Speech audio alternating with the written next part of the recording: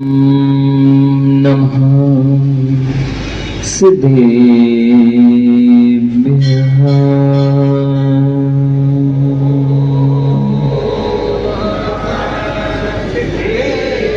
ॐ नमः सिद्धेभ्यः।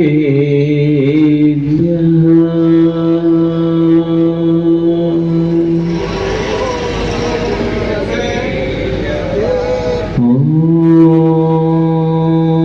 नमः सिद्धेभ्यः।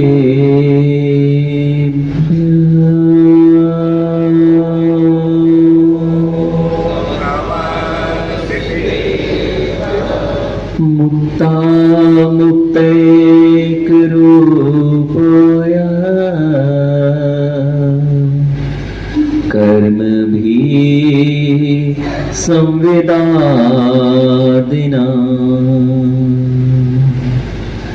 अक्षयं परमात्मानं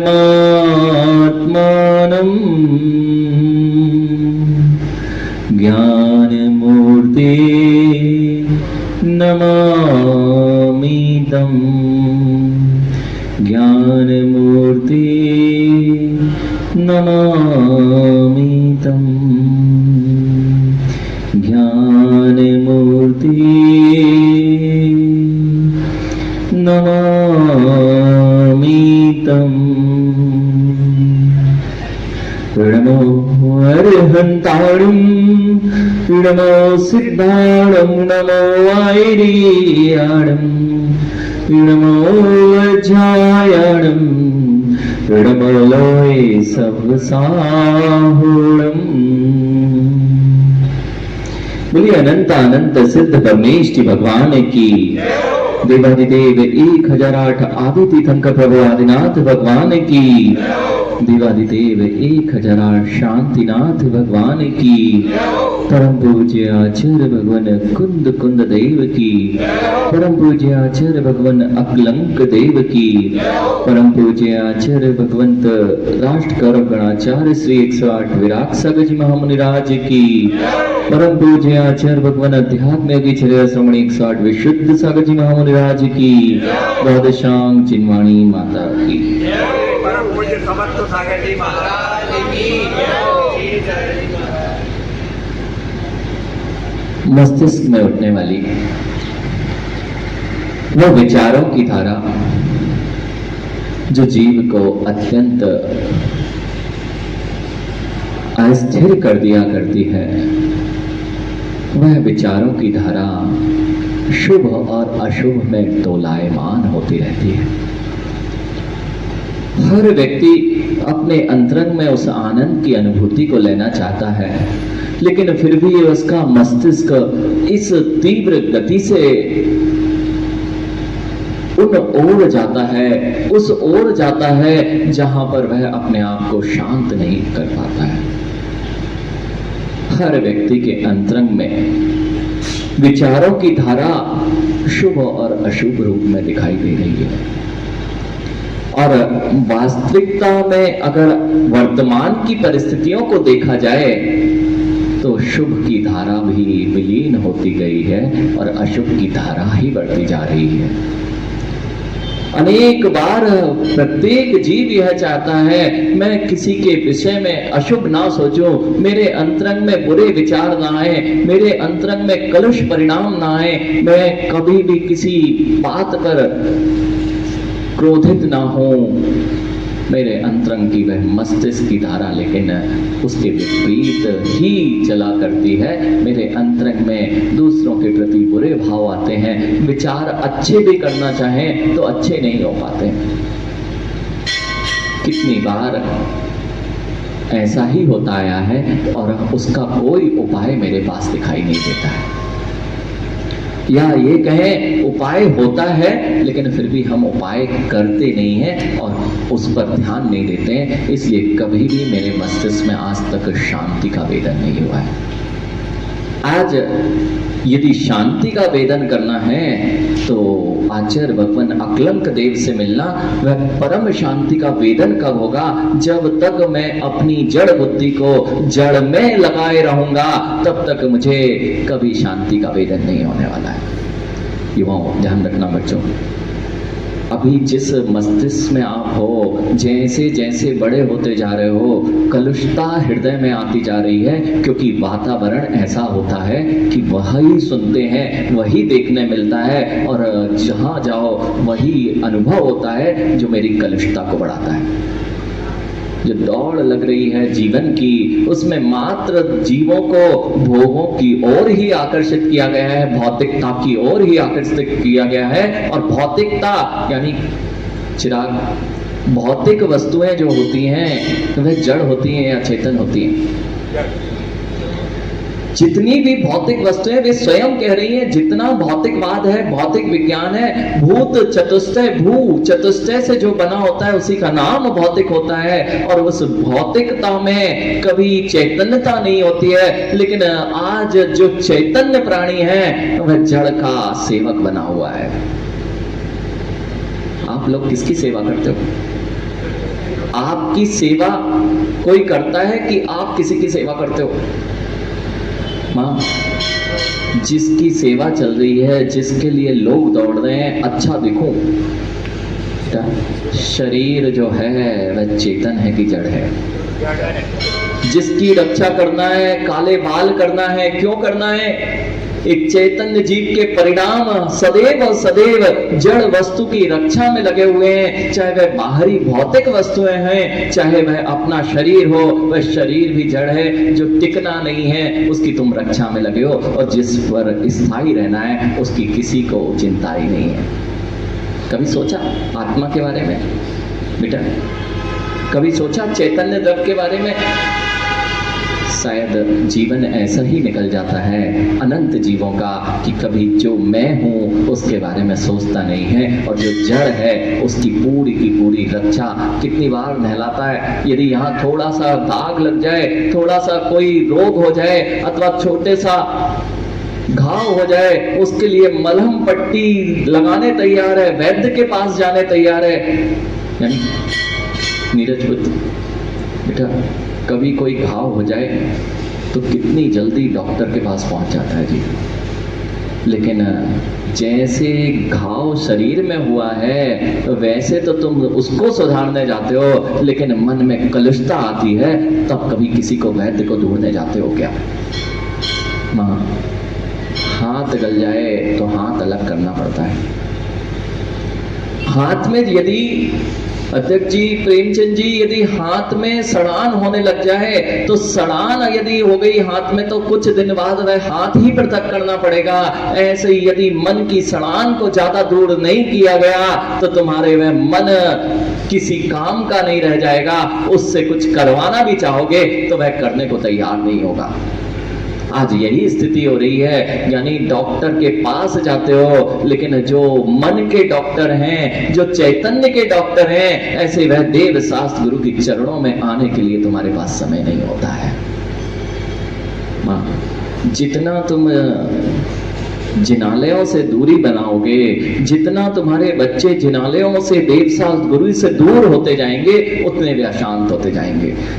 अथवा ये कहें, आप हो सकता है इससे सोचें कि देव शास्त्र गुरु क्यों बोल रहे हैं, यानी जितनी धार्मिक भावनाओं से तुम दूर होते जाओगे, जितने नैतिक मूल्यों से आप दूरी बनाते जाएंगे, उतनी तुम्हारी अशांति बढ़ना है। जो ये सोच रहे हैं कि मैं अपने घर में पैसा कमा रहा हूं, यानी पैसा कमा रहा हूं लेकिन धार्मिक नहीं हूं, मंदिर भी क्यों नहीं आता हूं, क्यों सुबह से दुकान खोल ली है, 5 बजे से बेचारा दुकान खोल के बैठ जाता है, रात में 12 बजे तक ट्रक उतर रहा है, यानी फिर से 5 बजे सुबह पहुंच जाता है। बेचारे के पास पैसा तो बहुत है लेकिन उसका शांति का वेदन करने का समय जीवन में कभी मिला ही नहीं है। बस ऐसी ही दौड़ लगाते लगाते बेटा, जब भी चित्त अशांत हो, चित्त की अशांतता मस्तिष्क को अशांत किए हुए है। माँ, आज बहुत गहरा सूत्र है। हम क्या भावना भाते हैं वही हमारे मस्तिष्क के शुभ और अशुभ को निर्धारित करती है। भावना, हम कहते हैं ना, किसी के प्रति अच्छे भाव कब होंगे? जब तुम्हारी भावनाएं अच्छी होंगी। भाव और भावनाओं में संजय भैया बहुत बड़ा अंतर है। भावनाएं प्रति समय नहीं हो, भावनाएं जो भाई जाती है वो तुम्हारे भावों को प्रभावित करती हैं। आप मेरी भावना भूल गए हैं, इसलिए भावों में कभी यह भाव ही नहीं आता कि मेरे अंदर दया होनी चाहिए। इन बच्चों को पहले मेरी भावना का पाठ पढ़ाया जाता था। पाठशाला आते थे तो मेरी भावना पढ़ते थे। वे बार बार भाने वाले भावना कहलाते हैं, और वही भावना भाव बन जाया करती हैं। लेकिन आज ना तो वैराग्य पाठ पढ़ा जाता है, ना आलोचना पाठ पढ़ा जाता है, ना मेरी भावना जैसे सुंदर पाठों का पाठ किया जाता है। इसलिए तो मां कभी भाव नहीं सुधर पाते हैं। पहले भावनाएं भाई जाती हैं, वह तुम्हारे भावों को प्रभावित करती हैं। भाव और भावना एक सी नहीं है। यानी आपकी भावना बहुत अच्छी होती है, आपकी भावना चिराग अपने माता पिता के प्रति क्रूरता परिणाम नहीं होते, लेकिन भाव जरूर खराब हो जाते हैं। ध्यान रखना, भावना अच्छी होने पर भी तुम्हारे भाव खराब होते हैं, क्योंकि अभी भावना बलवती नहीं हुई है। और जिस दिन भावना बलवती हो जाएगी उस दिन तुम भाव करना भी चाहोगे बुरे तो भी कर नहीं पाओगे। इसलिए जो वैराग्य की भावनाओं से परिपूर्ण होते हैं, ऐसे ये निर्ग्रंथ योगी के भाव इतने निर्मल होते हैं कि वे भावनाएं इनको प्रति समय के भाव को सुधारने के लिए कार्यकारी हो जाती हैं। मैं इसलिए पहले जैसी पद्धतियों पर आ जाओ। मोबाइल में भावनाएं भाओगे तो कभी चित्त को शांत नहीं कर पाओगे। बेटा, आज तो रिसर्च आ गई है ना, आज तो सारी रिसर्च यही कह रही है, जितना ज़्यादा तुम्हारा स्क्रीन टाइम होता जाएगा, जितनी बार तुम मोबाइल को देखते जाओगे, उतना तुम्हारा मन अशांत होगा। आप कभी ध्यान नहीं लगा सकते, कभी आपकी बुद्धि तीव्र नहीं हो सकती। क्यों आज बच्चों को मोबाइल से दूर किया जा रहा है? क्योंकि मोबाइलों में जिस तरह की चीजें देखी जाती हैं, आती हैं ये नहीं कह रहा हूं, लेकिन जो देखी जाती हैं, जिसको देखा जाता है, वह तुम्हारे मन को, चित्त को चंचल करता है और अनेक प्रकार के मस्तिष्क के अशुभ विचारों को उत्पन्न करने में ऐसा कार्यकारी हो जाता है। जितनों का मन नहीं लग रहा है ना बच्चों का पढ़ाई में, उसका मूल कारण है जो दिखता है वही चित्त के ओर अंकित हो जाया करता है। जितनी बार तुम अशुभ शब्दों को सुनते हो वही तुम्हारे चित्त में बार बार टकराता है और वही तुम्हारे अनेक संकल्प विकल्पों को बढ़ाता है। आज विचार करना, यानी कहाँ गई वे भावनाएं भाई भाई के प्रति की? कहाँ गई वे भावनाएं देवशास्त्र गुरु के प्रति श्रद्धान की? वह भी कम क्यों होती जा रही हैं?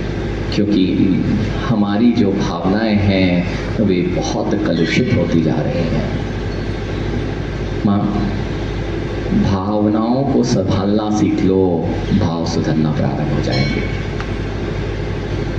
भावनाओं को जैसे अभी यहां बैठा हुआ हुकुमचंद जी, यहाँ पर यदि बैठे हो और जिनवाणी का रसपान हो रहा है, यदि ये शब्द अंतरंग में जा रहे हैं, यदि किसी के प्रति कलुषता भी होगी तो अपने आप वह कलुषता यहाँ शांत हो जाती है, क्योंकि जिनवाणी का वह अमृत जाता है जो कलुषता को दूर करता है। और यदि रागियों के बीच बैठते हैं तो वह कलुषता बढ़ जाती है और एक दूसरे के घर में ही भाई भाई के बीच में दीवार खड़ी हो जाती है।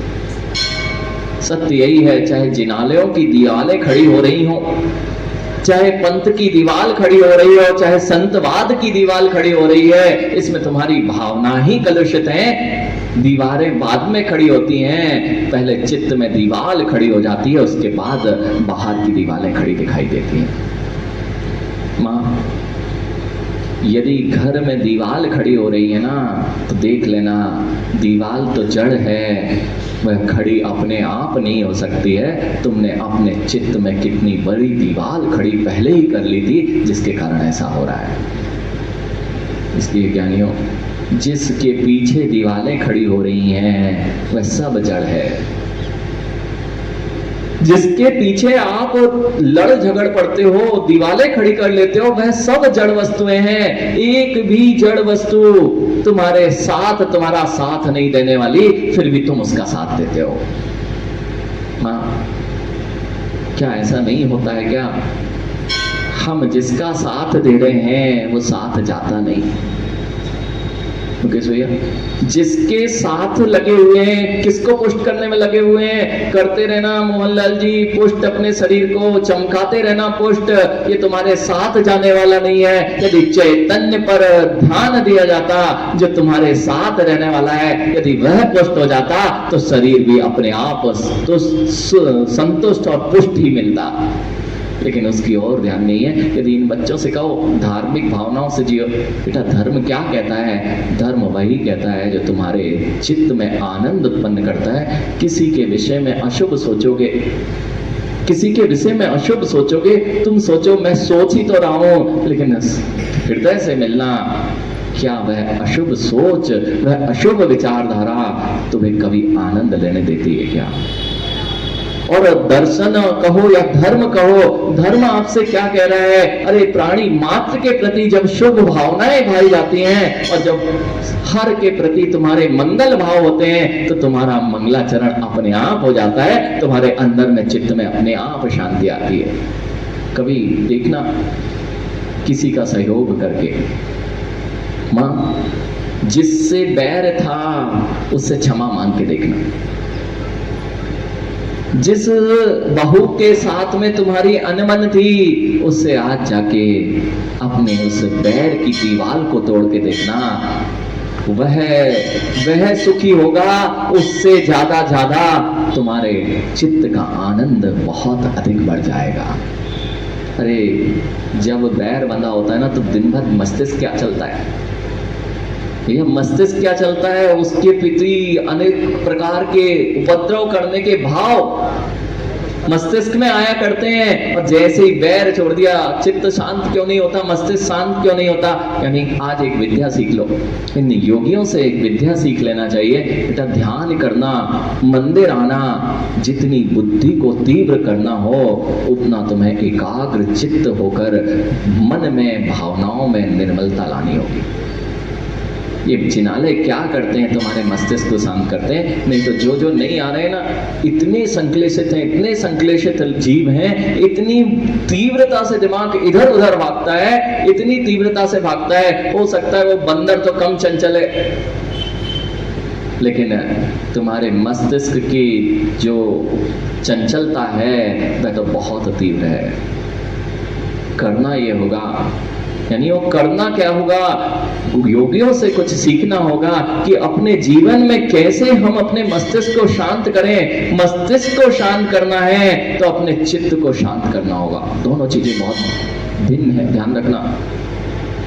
यानी मस्तिष्क और मन, ये दोनों बहुत भिन्न विषय हैं। मन में यदि तुम शांत होते जाओगे, मस्तिष्क अपने आप तीव्र होता जाएगा। आज जो यहाँ बात कर रहे हैं ये योगी मुनिराजों का, टोंगिया जी, जिन आचार्य भगवान को 8-8 दिन तक एक गाथा याद ना होती हो, वो आज हजारों गाथाओं को कंठ का हार बनाए हुए हों, ऐसे वे परम आचार्य भगवान विशुद्ध सागर जी महामंडराज। आखिर यह क्या था जो मस्तिष्क में एक शब्द प्रवेश नहीं करता था? ऐसी कौन सी मंत्र था, ऐसा कौन सी विद्या थी जिसने मस्तिष्क को इतना तीव्र कर दिया कि सब कुछ उनके मस्तिष्क में ऐसे व्यवस्थित रहता है, जैसे बटन दबाया और लाइट जल जाती है, ऐसा उनका मस्तिष्क तीव्रता को कैसे प्राप्त हो गया? कुछ नहीं है, भाव को शुद्ध कर लिया, शांत होकर बैठे। कभी नहीं, समय ही नहीं होता है कि जी 2-5 मिनट के लिए बिल्कुल निराकुलता से बैठ पाए। जिसको कोई भी चीजों की अभिलाषा ना हो, ऐसा अगर बोलो तो आज के बच्चे कहते हैं कैसा जीवन है, कुछ कर ही नहीं रहा। अरे इनसे बड़ा काम कोई दूसरा कर ही नहीं रहा। करना ये होगा ज्ञानी, बॉल देखी, गेंद देखी, गेंद रबर की गेंद हो, रबर की गेंद को नीचे दबाना, रबर की गेंद जितनी नीचे जाएगी उतनी ऊंची जाएगी, जितनी जोर से दबाई जाएगी उतनी ऊपर जाएगी। ऐसे ही चित्त को मां जितना तुम संयम में दबाओगे, जितना तुम इंद्रियों का दमन करोगे, जितना तुम दया का पालन करोगे, उतना तुम्हारा मस्तिष्क तीव्रता से विचारों की उच्चता की ओर जाएगा। हम दया, दम, त्याग की बात करें तो कहते हो ये कैसे संभव है? महाराज जी कोई उपाय बताओ। मस्तिष्क में उल्टे सीधे ख्याल आते हैं। मां ऐसा नहीं होता क्या? मस्तिष्क में उल्टे सीधे ख्याल आते हैं। कुछ नहीं करना पड़ेगा मां, अपने जीवन को संयमित करते जाओ, अपने जीवन में दया को स्थान बनाओ, अपने जीवन में पंच इंद्रिय विषयों का दमन करना सीख लो। मस्तिष्क तुम्हारा कहीं और नहीं जाएगा, मात्र और मात्र उत्कृष्ट भावों की ऊंचाइयों को स्पर्श करने लग जाएगा। और यही हुआ। आचार्य विद्यासागर जी हो, चाहे आचार्य विशुद्ध सागर जी हो, आचार्य भगवान विराग सागर जी या आचार्य भगवान सुविधि सागर जी हो, अथवा अनेक अनेक श्रेष्ठतम आचार्य जो दिखाई दे रहे हैं, इनके मस्तिष्क की विचारों की उच्चता आप क्यों स्पर्श नहीं कर पाते? क्योंकि तुम्हारे जीवन में असंयम के भाव होते हैं, दया नहीं होती है, और साथ में त्याग की कोई परिणति नहीं होती है, पंच इंद्रियों विषयों में आसक्ति होती है। इसलिए उनके मस्तिष्क की विचारों की धारा को स्पर्श करने की सामर्थ्य किसी भोगी के जन्म में नहीं होती है। भैया समुद्र देखा है ना? समुद्र में लहरें कभी बीच समुद्र में नहीं आती, ध्यान रखना। समुद्र, जब भी समुद्र में जाओगे ना तो समुद्र में लहरें बीच समुद्र में होती हैं, जहां समुद्र उथला होता है वहां लहरें होती हैं, और बीच समुद्र में जैसे लहरें भी नहीं होती हैं, कचरा भी नहीं होता है। जहां गहराई होती है वहां कचरा दूर हो जाता है, जहां उथलापन होता है वहां लहरें भी होती हैं और कचरा भी होता है।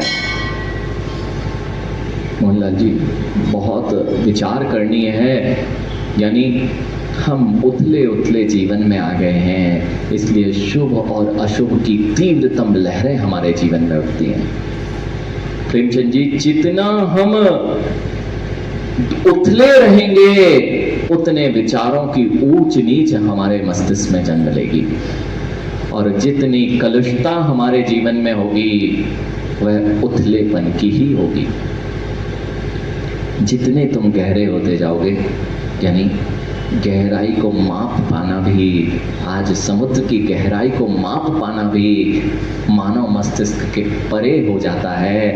ऐसे ही जो तत्व की गहराई और अध्यात्म की गहराई में पहुंच जाते हैं, उनके अंतरंग में शुभ और अशुभ की विचारधाराएं विलीन हो जाती हैं। वे तो परम उत्कृष्ट शुद्ध भावों की विचारधारा में लीन हुआ करते हैं।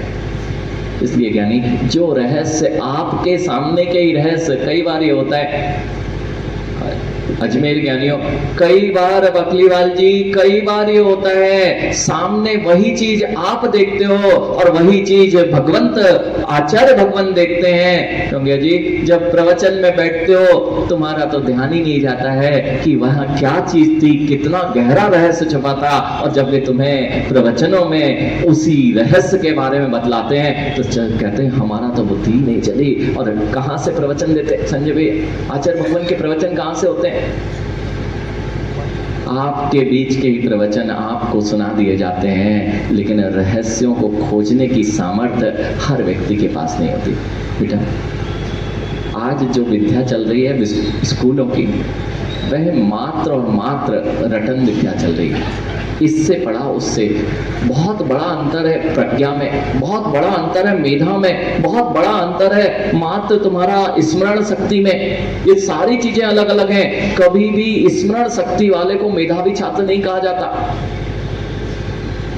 मेधावी छात्र वह होता है जो थोड़ा सा पढ़ता है और अपनी बुद्धि का प्रयोग करके कुछ नया लेके आता है, उसका नाम मेधावी होता है आज। लेकिन मेधावी छात्र की अगर वह सर्टिफिकेट दिया जाता है तो वह किसके नाम पे दिया जाता है? किसने 99.9% लाए, इससे मेधावी की परीक्षा नहीं होती है। कितने गहरे में तुम उतरे हो, अल्प पढ़ा था, उससे कितनी तुम्हारी प्रज्ञा का काम किया और तुमने क्या नवीनता उसमें प्रकट की, उसका नाम मेधा होता है।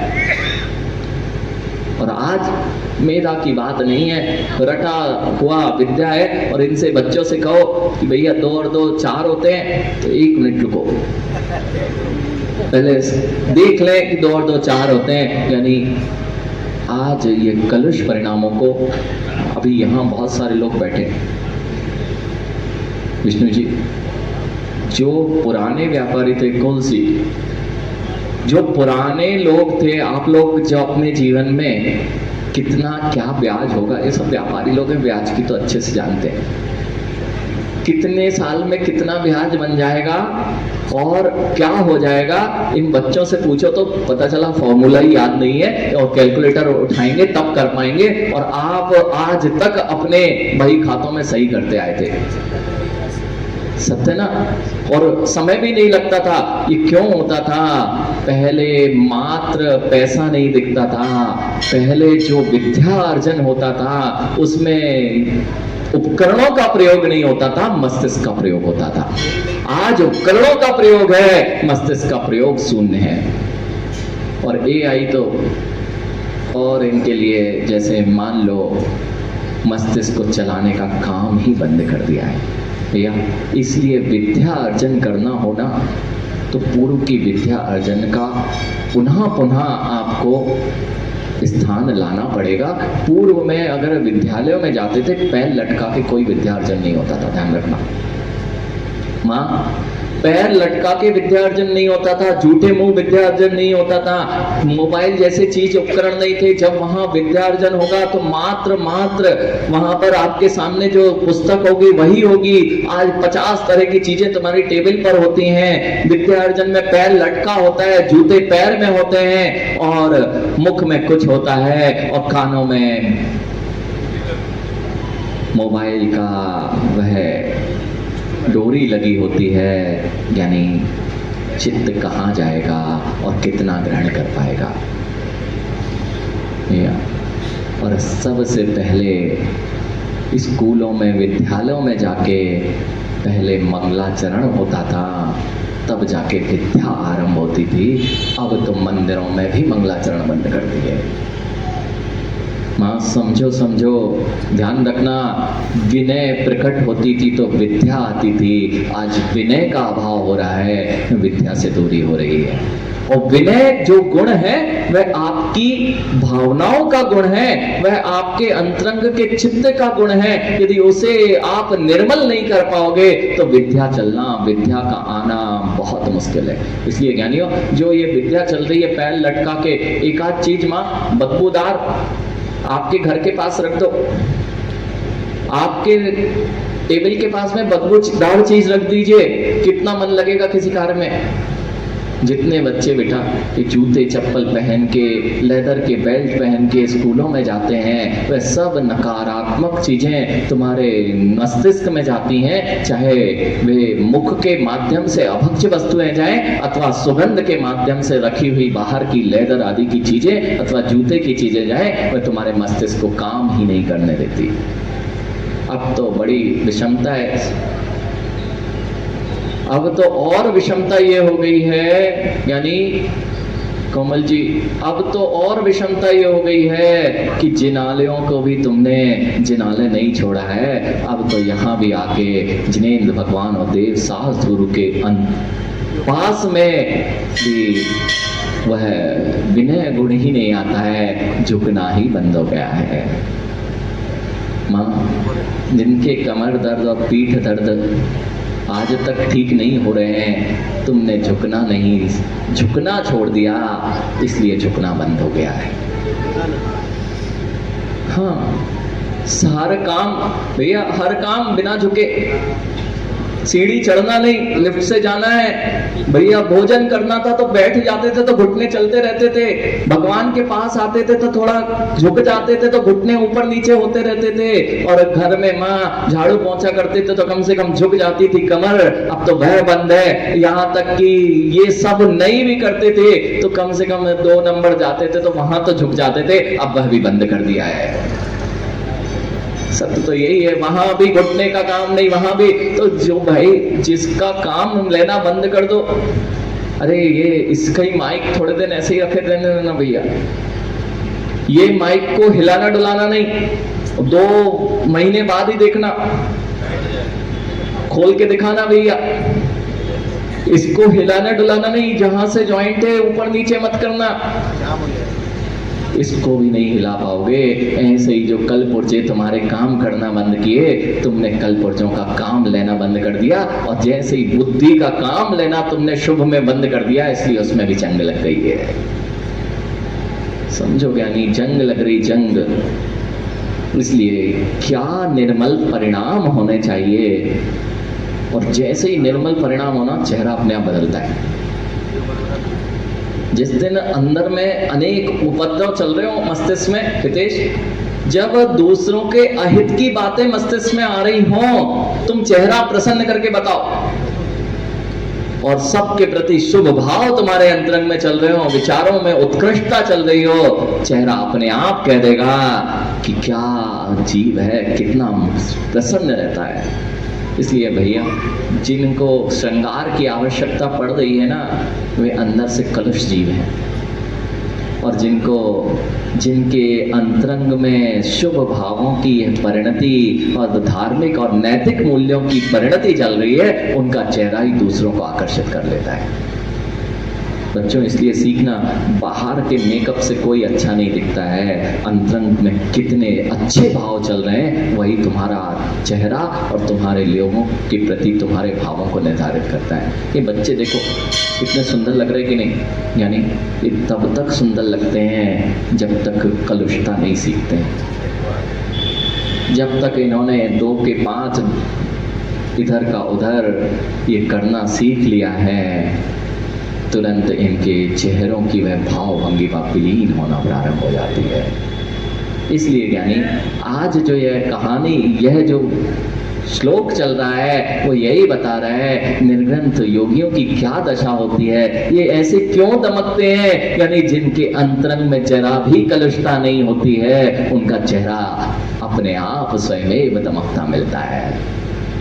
आप किसी भी योगी के पास जाएंगे, जिन्होंने देखना प्रारंभ कर दिया है, मात्र दूसरे के दोषों को नहीं, अपने दोषों को दूर करना प्रारंभ कर दिया है, देखना प्रारंभ कर दिया है, वही योगी परम आनंद में है। और जिन्होंने अपने दोषों को पूर्ण विलीन कर दिया है, वही तो परम वितराग अरहंत अवस्था को प्राप्त हो चुके हैं। स्वयं परम विद्धि तत्रापि व्यामोह छिन्दिकित्वम अनाकूले संवेदे स्वरूपे तिष्ठ केवले। यानी आज योगी की वह परम दशा, यानी इतनी उत्कृष्टता। अभी तो यह भूमिका थी सत्य प्रतीक, जो अभी आपने सुना, अब तुम्हें योगी का स्पर्शन करने के लिए सामान्य भूमिका थी। योगी तो उस भेद विज्ञान से भी दूर हो जाते हैं, भेद विज्ञान से दूर हो जाते हैं। जबकि जिनवाणी तो ये कह रही भेद विज्ञान करना है, नहीं नहीं भेद विज्ञान करना है, मैं जड़ हूं, मैं चेतन हूं, इस प्रकार के भेद में लगे रहेंगे तो भी अभेद में लीन नहीं हो पाएंगे। तब तक भेद विज्ञान कर रहे थे, तब भी योगी अभी पूर्ण शांत नहीं थे। और जिस दिन वे भेद विज्ञान, अमुक जड़ वस्तु, मैं और ये जड़, ये दोनों भिन्न भिन्न भिन्न भिन्न भिन्न भिन्न है, ऐसा कहते रहेंगे तो भी काम नहीं बनेगा। अब तो उनकी दृष्टि मात्र चैतन्य पर टिक जाती है, और बाहर क्या हो रहा है। मां, उन योगियों की तस्वीरों को देख लिया करो जो आपके चिनालयों में लगी हुई हैं। जब तक शरीर दिखता ना, तब तक अगर कोई सिगड़ी लगा दे सिर के ऊपर, जरा सा अंगारा क्या आ जाए, आदमी दहक उठता है। और वे योगी किस बल पर सिर पर सिगड़ी रखी है, वसूले से छीला जा रहा है, लोगों ने कीलें ठोक दी हैं और साथ में सैनी और स्याल उनके पेट को भक्षण कर रहे हैं, फिर भी योगी के मुख से छी भी आवाज नहीं आ रही है। ये होती है अभेद की लीनता। जैसे माँ, जैसे अभी आप लीन हो ना, अभी ऐसे लीन हो, आपको ज्ञात ही नहीं हो रहा पीछे क्या हो रहा है। भैया पता है जनरेटर चल रहा है, विष्णु जी अभी अभी आवाज आना प्रारंभ हुई कि पहले से आ रही थी? हाँ, जिनको पहले से आ रही थी उनका चित्त अभी एकाग्र नहीं था। सत्य यही है मां, जिनको घड़ी दिख रही है ना, उनको पता है अभी चित्त कहीं और है। अभी इन बच्चों से मिलो, बच्चों से क्या चिराग, कल बात की थी ना मैंने, जब चित्त किसी के चित्त से मिल जाता है तो चारित्र्य तो नष्ट होता ही है, यह भी नहीं पता होता है कि आसपास क्या हो रहा है। ना भूख लगती है, ना नींद आती है, ना प्यास लगती है। बेटा जब एक पर वस्तु पे लगा चित्त, तुम्हें भूख प्यास और सर्दी गर्मी कुछ नहीं। यदि किसी स्त्री से किसी का चित्त लग गया है, ना तो नींद आती है ना भूख प्यास लगती है, निरंतर और निरंतर उसी का चित्त में स्थान होता है। जब एक सामान्य स्त्री को देखकर ऐसी परिणति होती है तो फिर विचार करो, जो योगी परम चैतन्यमय निज आत्मा के रस में लवलीन होते हैं, उनकी स्थिति क्या होती है? ना प्यास लगती है, ना भूख लगती है, ना सर्दी गर्मी की बाधाएं सताती हैं, और अल्प निद्रा में ही उनका कार्य सद जाया करता है। यह होती है परम विद्या। भैया ये लौकिक दृष्टांत से, जैसे माँ जो चीज पसंद आ जाए ना, इनकी भाषा में बात करें, सामान्य भाषा में बात करना पड़ेगी इनको। माँ अगर किसी साड़ी की दुकान पे जाते हो, नहीं जाते क्या? जाते तो हैं। और एक बार कोई चीज पसंद आ जाए, फिर 10 दिखाता है कोई, कुछ नहीं आएगा ना माँ पसंद। मैं से ज्ञानी, तुम्हारे जगत की कितनी ही लोभ लालच की चीजें इन योगियों को दिखाई जाए, इनको तो परम आनंद देने वाली निज चैतन्य आत्मा दिखत जाती है, इसलिए इनको कहीं कोई आनंद नहीं आता, और वह दिखती है। ध्यान रखना, अभी जैसे यहाँ पर 2 लोग बातें कर रहे हो ना माँ, निंदा पुराण खुलाओ, निंदा पुराण खुलाओ तो बड़ी, फिर कौन क्या पीछे बातें करता है पता चलता है क्या? तुम्हारा चित्र दुर्ध्यान में लगा होता है, इसलिए तुम्हें दुर्ध्यान में भी, आप सब ध्यानी लोगों को ध्यान रखना,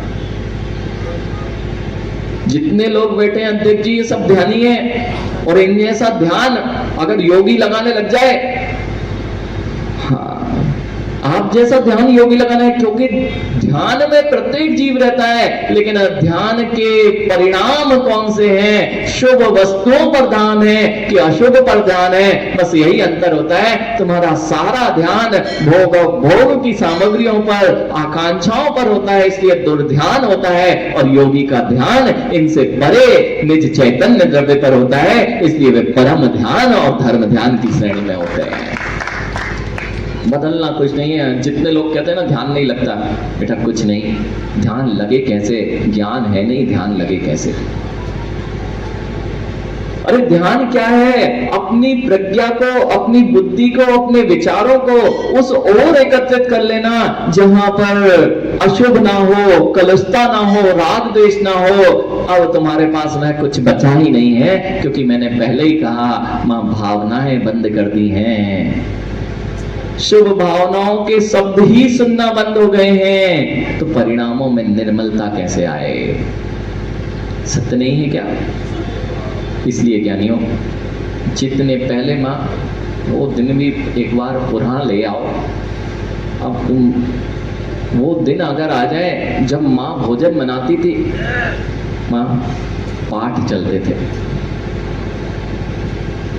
ध्यान रखना चौंगिया जी, पाठ हमने स्वयं देखा है। माँ भोजन बनाएगी, वहां या तो चालीसा चल रहा होता है या विधि थाणो होय के मेरी भावना 12 भावनाओं का पाठ चलता है माँ। और जब वह पाठ जब चलता था तुम्हारी शुभ भावनाएं होती थी, अब तो टीवी चलती है उसमें मात्र चोरी बलात्कार और डकैती के न्यूज भी चलती है, तो मात्र यही आता है। माँ जब वह चलता था तो तुम्हारी रोटी का स्वाद बदल जाता था, अब तुम्हारी रोटी का स्वाद इसलिए बदल जाता है इसलिए तुम्हारे बच्चों को जो भोजन कराया जाता है और आपके भाव जो रहते हैं वह सब रोटी में भर जाते हैं।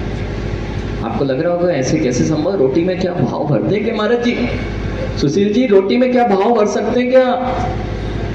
भैया जो लोग ये सोचते हैं कि इससे क्या होता है, ये जैसे आज के बच्चे, बेटा रोटी में कोई चेंजेस आएगा क्या? कोई भी बनाए कैसा भी बनाए चलेगा ना? क्या माँ के हाथ की रोटी, पिताजी से पूछ लेना, माँ के हाथ की रोटी और बेटे की माँ की हाथ की रोटी का स्वाद एक सा होता है क्या? समझ में आई कुछ बात? अपने पापा नीरज से पूछ लेना, नीरज जी से पूछ लेना, भैया माँ की रोटी के एक ही आटा था, एक ही गैस है, एक ही चूल्हा लगा है, वही आटा गूंथ के रखा है, एक रोटी बनाई है नीरज आपकी माँ ने और एक रोटी बनाई है बेटे की माँ ने, दोनों के स्वाद में एक सा होता है कि अंतर होता है? भैया जो लोग ये बोल रहे थे, यानी रोटी बन रही है ना, रोटी बन रही है ना, एक बेटे की माँ के हाथ की रोटी है, एक बेटे की माँ और एक माँ के हाथ की रोटी है, स्वाद किस में आएगा? यानी अजमेर भैया स्वाद किस में आएगा? यानी हुकुमचंद जी किस में स्वाद आएगा? क्या माँ के बेटी की माँ बेटे की माँ के हाथ की रोटी का स्वाद और माँ की रोटी का स्वाद एक सा होता है क्या? यानी जिन भावों से भर के वह माँ रोटी बनाती है और जिन भावों से प्रेरित होके बेटी की माँ रोटी बनाती है, दोनों में बहुत बड़ा अंतर होता है। इसलिए बच्चों यदि अपने भावों को सुधारना हो तो कम से कम इतना नियम ले लेना, टीवी और मोबाइल देख के भोजन मत करना। और माँ आप भी टीवी और मोबाइल देख के भोजन बनाना नहीं तो तुम अपने ही पति को जहर देते हो। और कम से कम एक टेप रिकॉर्डर, टीवी और मोबाइल नहीं बंद कर पा रहे हो तो एक टेप रिकॉर्डर और बंद कर लिया करो। जब माँ आपके सासू का बेटा भोजन की थाली पर बैठे तो कम से कम उसे अमृत ही खिलाया करो, अच्छे वचन ही बोला करो। दिन भर की जो भी चीजें होती हैं, जैसे ही वो थाली पर बैठता है तुम्हारी शिकायतों का टेप रिकॉर्डर चालू हो जाता है और वह उसे अमृत नहीं आपके भोजन को विष बना देता है। यदि अपने मांग को सुरक्षित रखना है तो संक्लेशता देना कम कर दो। बहुत अंतर होता है कि भोजन क्यों नहीं लगता, लोग बहुत दुबले पतले क्यों रहते हैं? जैसे ही चालू हुआ भोजन प्रतीक और यहाँ से टेप रिकॉर्डर चालू। हाँ सत्य नहीं है क्या?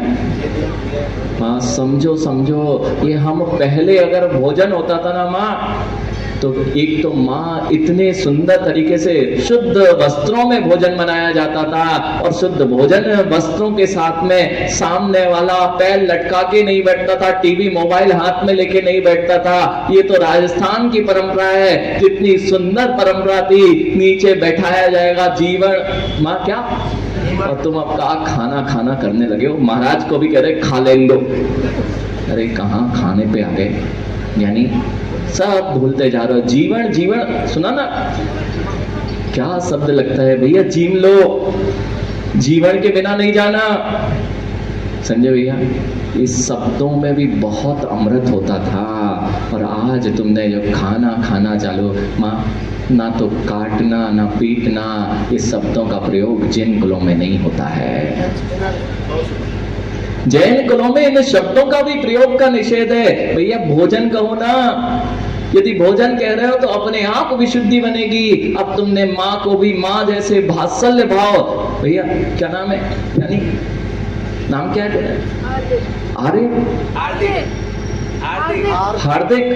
हार्दिक बेटा, मम्मा बोलना,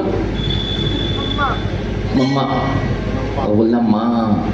बेटा किसमें ज्यादा आनंद है? देखो, उसको किसी ने बोला नहीं किसमें आनंद है बेटा। बस जो ये शब्दों की परंपरा भी हमने बाहर से लेना चालू कर दी है, उसने भी हमारी भावनाओं को विलीन कर दिया है। माँ बोला जाता था, माँ बोला जाता था, पिता बोला जाता था, आप बेचारे पॉप हो गए, अब नहीं तो डैड हो गए बेचारे को। जीते जी जीते जी उनको तुमने चला ही दिया। वास्तविकता में तो यही है, तुम्हारे बचनों ने उनको डैड ही तो कर दिया है। मम्मी मम्मी मम्मी, अरे क्या माँ, अरे और माँ, और ज्यादा हो तो अम्मा। माँ पहले क्या बोलते थे? माँ को भी अम्मा कहा जाता था, अम्मा। एक अपने आप में वह शब्द गुंजायमान होता था, भावनाओं से भरा होता था। अब तुमने सारे चाचा, बड़े पापा, ताऊ के रिश्तों को अंकल में समेट दिया, इसलिए भावनाओं को समेट दिया। जितना मैंने कहा था अभी, मंदिरों में भी ये परंपरा मत लाइए। जैसी विनय की परंपरा है माँ, कम से कम वैसी परंपरा बनी रही तो तुम्हारे मंदिर में भाव बनेंगे, नहीं तो मंदिर में भी भाव विकृति होंगे। भैया मंदिर को मंदिर रहने दो, चर्च मत बना देना। ऐसा क्यों बोला मैंने? विचार करना होगा। यानी जिनालयों में, जिनेंद्र भगवान के सामने, देव शास्त्र गुरु के सामने आप पैर लटका के बैठने की स्थितियां ना बनाए, नहीं तो प्रतीक जैसे युवा टेबल कुर्सी लगी मिलती हैं और वहां पर जाके बैठ जाते हैं, यानी तुम्हारे कभी भाव नहीं बनेंगे। जो भाव जिनेंद्र भगवान के सामने नीचे बैठकर, यहाँ सामने टेबल रखकर जो पूजा अर्चना की जाती है, चिन्वाणी पढ़ने का जो वाचन किया जाता है, वैसे भाव तुम कभी ऊपर लटके पैरों में नहीं बना सकते। इसलिए भैया जिनवाणी का रसपान, जिनके अंदर सामर्थ्य है वे कभी भी जिनवाणी का रसपान पैर लटका कर ना करें। जिनकी सामर्थ्य नहीं है वे ध्यान रखें, उतना ही प्रयोग करें जहां आवश्यक हो। नहीं तो मंदिरों में क्या कर दिया भैया अशोक जी, मंदिरों में लोगों ने टेबल कुर्सी लगाना प्रारंभ कर दी है और मोजे पहन के तुम खुद चले आते हो। जूते और मोजे में कोई अंतर नहीं है। इसलिए भैया जितने अध्यक्ष जी, आप तो यहाँ एक बोर्ड लगवा दो, बाहर एक बोर्ड लगवा दो।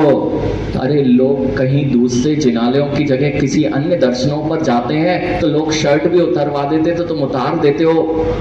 कोई भी जाता है तो शर्ट भी उतार के अंदर जाता है, और तुम अपने ही मंदिर में, जिनालय में कोई मोजे पहन के घुसा आ रहा है तो तुम बोल नहीं पाते हो। बेल्ट लगा के आता है, अनेक प्रकार की सामग्री जेब में रखी होती है, तुम क्यों घबराते हो?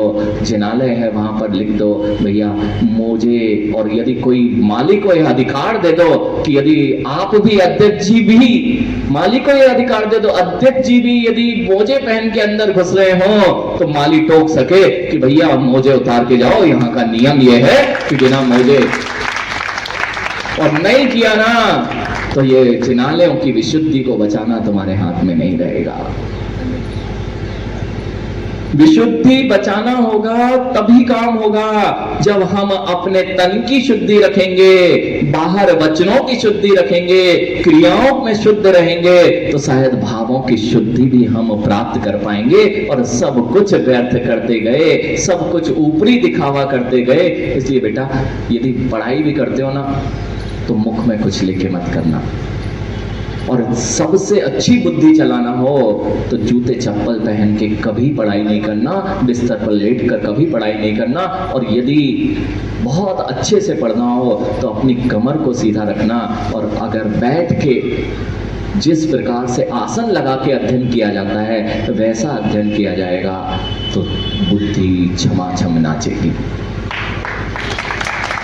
इसलिए समय आपका हो गया, यानी समझो ये बाहरी चीजें थी। माँ इतना समझ जाओ कि भोजन टेप रिकॉर्डर बंद करके कराना। तो भैया आप भी कम से कम व्यापार किस लिए करते हो? शांति से भोजन 2 टाइम का मिल जाए इसलिए करते हो। अब तुम्हारे पास समय नहीं है, भागते दौड़ते खड़े होके भोजन करते हो, यानी 2-5 मिनट जिसके लिए कमा रहे थे, आज कमाते तो हैं, किस लिए कमा रहे थे? 2 टाइम का भोजन भी शांति से नहीं कर पा रहे हैं, जाते जाते करते हैं और कहते हैं भैया कमाई किस लिए प्रारंभ की थी प्रतीक? कि समय पे भोजन कर पाऊंगा, अपना जीवन अच्छे से चलेगा। अब तुमने कमाई के चक्कर में रात्रि में भोजन प्रारंभ कर दिया। महाराज जी दुकान से नहीं आ पाते। बेटा कमा किस लिए रहे थे? कमा किस लिए रहते? कि 2 टाइम का भोजन शांति से कर पाएंगे, उसके लिए ही तुम्हारे पास समय नहीं है। सुबह से चले जाते हैं दौड़ते दौड़ते, ट्रेन में हो अथवा बस में हो अथवा गाड़ियों में जाके भोजन कर लेते हैं, और भोजन भी घर का नहीं होता है, वह भी कहीं से फोन कर दिया जाता है, वो करते हैं। तो भाव सुधरे तो सुधरे कैसे? यानी कम से कम बाहर का जो जीवन था, भोजन ही अच्छे से करने लग जाओ तो भावों में बहुत अंतर आने लग जाए। रात्रि में भोजन करने वाले अपने भावों को सुधार पाए ये संभव नहीं है, क्योंकि रात्रि में जो भोजन करता है वह तामसिक बुद्धि का होता है, और जितना रात्रि में तुम्हारा जीवन होता जाता है तो तुम्हारे अंतरंग में तामसिक अर्थात नशा हमेशा छाया रहेगा। इसलिए जितने ही रोग हो रहे हो, मस्तिष्क में विकार आ रहे हो, ये सब तामसिक भोजन के कारण है। और जितना शाम को भोजन किया जाएगा, रात्रि में भोजन किया जाएगा, तुम चाह कर भी अपनी मस्तिष्क को सुधार नहीं सकते हो। इसलिए भैया जैनियों की बुद्धि इतनी तेज क्यों चलती थी, अब नहीं चलेगी बेटा। अब सब सामान्य होते जा रहे हैं, क्योंकि तुमने अपने सिद्धांतों को छोड़ना प्रारंभ कर दिया है, रात्रि में भुक्ति प्रारंभ कर दी है, जिनालयों की वंदना छोड़ दी है, और वहां की पूजन अर्चना छोड़ दी है। भैया करना वही पड़ेगा जैसा जिन आगम में लिखा हुआ है, और जो करने लग जाएगा उसकी प्रज्ञा, उसका शरीर, उसकी बुद्धि वही जानता है कि कितनी श्रेष्ठ चलती है। माँ समझो, शुद्ध भोजन करो और शुद्ध भोजन ही कराओ। मौन से भोजन करो। टीवी मोबाइलों से जितना दूर रहोगे तो कम से कम पुराण ग्रंथों की ओर आंखें जाएंगी, और पुराण ग्रंथों पर जब आंखें जाएंगी, वाचनाओं पर आंखें जाएंगी, तो भावनाओं में अंतर आएगा, और भावनाओं में अंतर आएगा तो भाव में विशुद्धि आएगी, और भावों में विशुद्धि आएगी तो सारे काम अपने आप सहज हो जाएंगे। कितना बड़ा संबंध है। जिन शासन की प्रत्येक क्रिया में कितने रहस्य छुपे हुए हैं, मां समझो। इसलिए जिस दौड़ में दौड़ रहे हो भौतिकवाद की, उससे जो दूर होकर इन आध्यात्मिक जीवन की ओर, संयम की ओर और दया की दृष्टि की ओर, और अपने जीवन में इंद्रिय संयम की ओर आगे बढ़ना चाहिए। नियम से आपके अंदर परिवर्तन आएगा। बेटा अगर तुम जितना जिन धर्म के पास रहोगे, उतना तुम्हारा जीवन आनंदित होगा, और तुम्हें स्पर्शित करने वाला इस दुनिया में कोई नहीं होगा। ये बात समझ लो। प्रतीक हो चाहे हितेश हो, यानी जब भी ऊंचाइयां प्राप्त करनी हो, तुम तो अपनी गहराइयों को बढ़ाना प्रारंभ कर दो, ऊंचाइयां अपने आप में देंगी। नहीं समझ में आई बात अशोक जी? जो जितना गहरा है वह उतना ऊंचा जाता है। अरे भवन भी बनाना है ऊंचा, तो नीची गहरी नींव पर ध्यान दिया जाता है। पहले गहरी नींव होगी तब ऊंची इमारत दिखाई देगी। ऐसे जितने धर्म और संस्कारों की गहरी नींव होगी, उतनी ही लौकिकता में तुम्हारी ऊंचाइयां होंगी। चिराग बेटा, जितने तुम धर्म और नैतिक होते जाओगे, उतना तुम्हारा ऊंचा स्थान होता जाएगा। इसलिए धर्म के साथ जीवन जीना। माँ हम ऊंचे ऊंचे दिखाना तो चाहते हैं भवनों को, लेकिन नींव को गायब करते जा रहे हैं। इसलिए भवन 2-4 दिन इनके चेहरे चमकते मिलते हैं, फिर डूबे मिलते हैं। भवन बिना नींव के खड़े किए जाएंगे। भैया ऊंचाई प्राप्त करना हुक्म चाहिए ना, तो गहराई बढ़ाना होती है। ये दिगंबर योगियों की ऊंचाई जगत में सबसे श्रेष्ठ क्यों है? क्योंकि ये अध्यात्म की उतनी ही गहराई में है, इसलिए ये जगत के सबसे श्रेष्ठतम स्थान पर दिखाई देते हैं। जितना गहरा जाओगे, ये सब क्यों बैठे हैं इतने शांत? माँ अगर हम यहीं सास बहू की कथा सुनाते ना, तो एक यहां पर शांत नहीं बैठ सकता था। तुम गहरा सुन रहे हो, इसलिए तुम्हारी सोच में ऊंचाइयां आ रही हैं। आप अध्यात्म की गहराइयों को सुन रहे हैं। ये स्वरूप संबोधन नामक ग्रंथ है, इसको सुन रहे हो। इसलिए विष्णु जी जो हलचल थी वह अपर्याप्त विलीन। जितनी देर प्रतीक तुम लोग यहाँ बैठे हो, कभी अकेले में बैठना कितनी बार अब करवट बदल दोगे? क्यों? अगर थोड़ा भी उथला हो जाएगा ना तो तुरंत पैर दर्द करेगा और तुम गहरे में लीन हो। इसलिए कोई विकल्प ही नहीं आया कि कितनी देर से बैठे हो। सत्य की नहीं? इसलिए मैंने कहा जितना गहरा होगा उतना आनंद होगा और उतनी एकाग्रता होगी और उतनी ही ऊंचाइयां होगी। यही योगी की दशा है। यही बात कर रहे हैं। जो योगी चैतन्य में लीन हो जाते हैं, उनको बाहरी भेद की भी दृष्टि जिनकी विलीन होकर अभेद में टिक जाती है, वही योगी परम उत्कृष्ट अवस्था को प्राप्त हो जाया करता है। आनंद आ रहा है ना मां? मां आनंद आ रहा है ना? महाराज जी आनंद आए या ना आए, इन बच्चों को समझ में आ रहा है बेटा? समझ में आ रहा है। हो सकता है कुछ बच्चे छोटे रहते हैं, उनको समझ में ही नहीं आया। एक बार पूछा भी गया, भैया समझ में आ रहा है, रोज क्यों आते हो? ये इससे ही पूछ लो, भैया रोज क्यों आते हो चिराग? समझ में आए या ना आए, लेकिन आनंद तो आता है। सत्य की नहीं? यानी समझ में आए या ना आए, क्योंकि गहरी बात होती है। सामान्य बात करने वाले, भोगों की बात करने तुम्हें हजार जगह मिल जाएगी, मोबाइलों पर मिल जाएगी, लेकिन जब अध्यात्म की बात होती है, अध्यात्म की गहराई होती है, तो भैया आनंद तो आता ही है। जैसे उथले समुद्र की लहरों में लहरें तो दिखती हैं अच्छी, लेकिन जब गहराई होती है तो वहां कचरा नहीं होता है। ऐसे ही प्रत्येक चित्त का कचरा तब साफ हो जाता है जब अध्यात्म की गहराइयां होती हैं। इसलिए भैया अच्छा जिनवाणी का रसपान करो मां, अपने आप कचरा विलीन होता जाएगा, अपने आप राग द्वेष दूर होता जाएगा, अपने आप संक्लेशता और रोग भी दूर होते जाएंगे, क्योंकि रोगों की जड़ तुम्हारे संक्लेश परिणाम है। इसलिए जिन कुलों की जो रीति नीति है, इसमें जीवन प्रारंभ कर दो, अपने आप जीवन का उत्कृष्ट प्रारंभ हो जाएगा। मां समझ में आ गई बात? और बच्चों को यदि जीवन में आनंदित रखना है, तो जो बच्चों की मां, आप लोगों के यहाँ बच्चे नहीं है ना?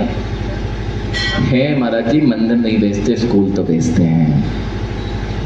मां यदि अपने बच्चों का आनंद चाहते हो, स्कूल ना भी जाए लेकिन देव सास गुरु की शरण ना छूट पाए। उनको कह देना, जो नहीं आ रहे ना बच्चे, उनको कह देना जब भी तुम्हारे जीवन में निकृष्ट दिन आए अथवा नीचे दिन आए, तब कोई साथ देगा तो देव सास गुरु की चरण शरण ही साथ देगी, शेष सब विलीन हो जाएगा। आज से कह दोगे मां? देखो सुन के तो जाते हो, इसलिए हम कुछ बात बोल देते हैं। आज से जितने बच्चे आपके मंदिर नहीं आते हैं या आपकी बात नहीं मानते, फोन करते हो ना, उनसे फोन पे बात करते हुए एक बात बोलना प्रारंभ कर देना, बेटा ठीक है तुम अभी जहां लगे हो लगे रहो, लेकिन एक बात ध्यान रखना, उतार चढ़ाव जीवन में आएंगे ही आएंगे, और जब उतार के दिन आए तब कुछ भी रास्ता ना मिले, तब भी देव सास गुरु की शरण में आ जाओगे, तुम्हें शांति का वेदन अवश्य ही होगा। इसलिए मां आज से हर बच्चे को ये कहना चालू कर देना कि तुम्हारे जब भी चढ़ाव के दिन में किसी को धर्म याद नहीं आता, लेकिन बच्चों जब तुम्हारे उतार के दिन हो, क्योंकि ऐसा कोई जीव नहीं है जिसके चढ़ाव के ही दिन रहे, सबके जीवन में उतार जरूर आता है। और यदि ये बात आपने अपने बच्चों को भर दी तो कभी वह आत्महत्या की ओर नहीं दौड़ेगा, कभी वह डिप्रेशन में नहीं जा सकता, कभी वह चिंता और तनाव में नहीं जा सकता। मां जितना तनाव और चिंता तुम्हारे जीवन में आई है, उसका कारण है तुमने जिनवाणी का रसपान बंद कर दिया है। शेष पुनः विचार करेंगे। विषय तो ऐसा है ज्ञानी मां, समझो जिनको डिप्रेशन नहीं हो रहा, बीपी जिनके बढ़ रहे हैं घट रहे हैं, डिप्रेशन हो रहा है, तनाव है, टेंशन है, नाक फूट रही है, अनेक प्रकार की बीमारियां उपज रही हैं, उसका मूल कारण है तुम्हारा जिनवाणी के रसपान से दूर हो जाना। जिस प्रकार के भाव सुन रहे हैं, छोटे छोटे बच्चों में बीपी की प्रॉब्लम, और अनेक प्रकार के रोग हो रहे हैं, उसका मूल कारण है आपका उत्कृष्ट भावनाओं को ना भा पाना और जिनवाणी के प्रति रसपान का अभाव हो जाना। इसलिए माँ प्रत्येक मंदिर में वाचना होती थी और फिर से वह वाचना प्रारंभ कर दो। शाम को चौका बंद और मंदिरों के प्रांगण भरे मिलना चाहिए। सब लोग आए और वह पुराण ग्रंथों को वाचना प्रारंभ करें। जैसे गांव से आए हुए लोग हैं ना सब भैया, निवाई में सब गांव से आए माँ, उस मंदिर का प्रांगण याद रखना, शाम होते से ही सब वहां पहुंच जाते थे और वाचना और पुराण ग्रंथों का वाचन होता था। माँ कर लोगे तो फिर से आनंद आनंद, नहीं तो जीवन तो चला ही जा रहा है। ठीक है भैया। प्रेमचंद जी, इनको क्या हो गया, समय हो गया, जा नहीं रहा कोई, इनको बोलो ना जाओ। ये अजमेर से भागे भागे चले आ रहे सुशील जी और उनके साथी। भैया बस ऐसे ही है, यानी इनसे कहो क्या सुनाया था प्रतीक, क्या सुनाया था महाराज जी ने, तो बोल पाओ या ना बोल पाओ, लेकिन गहराई का आनंद तो लेना तो सब जानते हैं। माँ एक अंतिम बात पूछ ले रहे, अभी सावन आ रहा है, सावन नहीं ये होली आ रही, होली में वो फैनी मिलती, फैनी जानते, फैनी फैनी हाँ जो भी आप समझ गए ना भैया। माँ फैनी बनाना जानते हो? नहीं जानते? फैनी बनाना नहीं जानते? सब बाजार से लाते हैं, सब खाते हैं ना, फैनी बनाना नहीं जानते भैया। ये माँ भी फैनी बनाना, यहाँ कोई जानता फैनी बनाना? विष्णु जी फैनी बनाना जानते नहीं है ना, लेकिन फैनी का स्वाद लेना जानते कि नहीं? अरे फैनी बनाना जानो या ना जानो, लेकिन फैनी का स्वाद आता कि नहीं? मुख में जाएगी तो स्वाद आएगा कि नहीं? और सबको बड़ी अच्छी लगती है भैया। ऐसे ही जिनवाणी बोलना जानो या ना जानो, लेकिन जिनवाणी का रसपान लेना सबको ही जानता है, तो स्वाद हमेशा रहती है। जिसके कान में जाएगी कोई बना पाएगा भैया फैनी। इसलिए जिनवाणी का यह फैनी तुम्हारे मुख में जाए, तुम्हारे कर्णों में जाए, तो आनंद तो आता ही आता है। समझ में आ गई बात संजय भैया? यहाँ माँ लोग भी नहीं जानते माँ, बनाना उतना आवश्यक नहीं है जितना स्वाद लेना आवश्यक है। इसलिए जिनवाणी का स्वाद लेते रहो, बोल पाओ, याद हो या ना हो, किसी को बता पाओ या ना बता पाओ, लेकिन स्वाद से वंचित मत हो। ठीक है हितेश, जितने युवा है ना, एक नियम ले लो बेटा, और भी वो पीछे खड़ा है आनंद, जितने संजय पुत्र ज्ञानी, ये बड़े लोग नहीं सुधरते, हमें पता है। तुम लोग तो एक समय निकालो, प्रशम जैसे बच्चे, यानी बस ऐसा समय निकालो, तुम युवा आके यहाँ पर स्वाध्याय की गद्दी लगाना प्रारंभ कर दो। अपने आप इन बड़ों को शर्म आएगी कि हमने क्या किया, इन युवाओं ने क्या करके दिखा दिया। बस बेटा 8:30 बजे 9 बजे फ्री होते हैं, 9 बजे आओ, यहाँ पर वाचना प्रारंभ करो। 5 लोग बैठना। तुम जैसे लोगों को जब देखेंगे पढ़ते हुए, तो इन माँ को भी शर्म आएगी कि हमारे बच्चे तो ऐसे हैं जो जिनवाणी का रसपान कर रहे हैं और हम टीवी और मोबाइल पर अपना समय व्यतीत कर रहे हैं। कर लेना, आज से ही कर लेना, पुराण ग्रंथ को वाचन, पद्म पुराण पढ़ना प्रारंभ कर देना। जैन रामायण है, बैठो, एक एक जन रोज पढ़ो, और जब पढ़ोगे तो जीवन के अनेक रहस्यों से तुम परिचित होगे और जीवन आनंदमय होगा। इन्हीं मंगल भावनाओं के साथ हो जाएगा। चिराग, जितने प्रतीक बेटा बिल्कुल नियम कर लो। जैसे चौराहे पे मिलते हैं ना, चौराहे पे मिलने की जगह किसी भी जिनालय में जाकर एक गद्दी बनाएंगे और वहां पर सारे युवा शाम को मिलेंगे। भैया आज अगर ये युवा नहीं मिले ना नीरज, जैसे जौहरी बाजार में सब मिल जाते थे तो एकता थी, आज ये सब अपने अपने जॉब में जाते हैं, एक दूसरे को नहीं जानते हैं, इसलिए एक दूसरे के सुख में कभी सहयोगी नहीं बनते हैं। और यदि ये गद्दी लगाकर जिनालय में रोज मिलेंगे, यानी तो संबंधों में भी मधुरता आएगी और एक दूसरे के सहयोगी बनेंगे। वैसे ही तो अकेले अकेले बच्चे हैं बेटा, तुम भी कर सकते हो। तुम क्या करना, घर में 4 लोग हो ना, एक पुराण ग्रंथ पढ़ना, हिंदी में ही होता है। रात में तुम तो बैठ जाया करो, माँ पिताजी को समय मिले या ना मिले, सारी चीजें बंद करके, जिनको घर में वात्सल्य बढ़ाना हो, वे घर में प्रतिदिन सारे परिवार के साथ में वाचना प्रारंभ कर दें। भले ही 15 मिनट पढ़ना, एक पेज पढ़ना, लेकिन प्रतिदिन 9 बजे से बैठना है, 9 बजे से 9:30 बजे, 9:15 बजे तक 10 मिनट का समय सारे लोगों को छोड़ के एक स्थान पर एकत्रित होना है। ऐसा अगर नियम बना दिया ना तो जीवन बदलना प्रारंभ हो जाएगा, परिवार में सुख समृद्धि बढ़ना प्रारंभ हो जाएगी। इसलिए सुन तो लिया है लेकिन पालन करना पड़ेगा, तब काम बनेगा। बोलो महावीर भगवान की।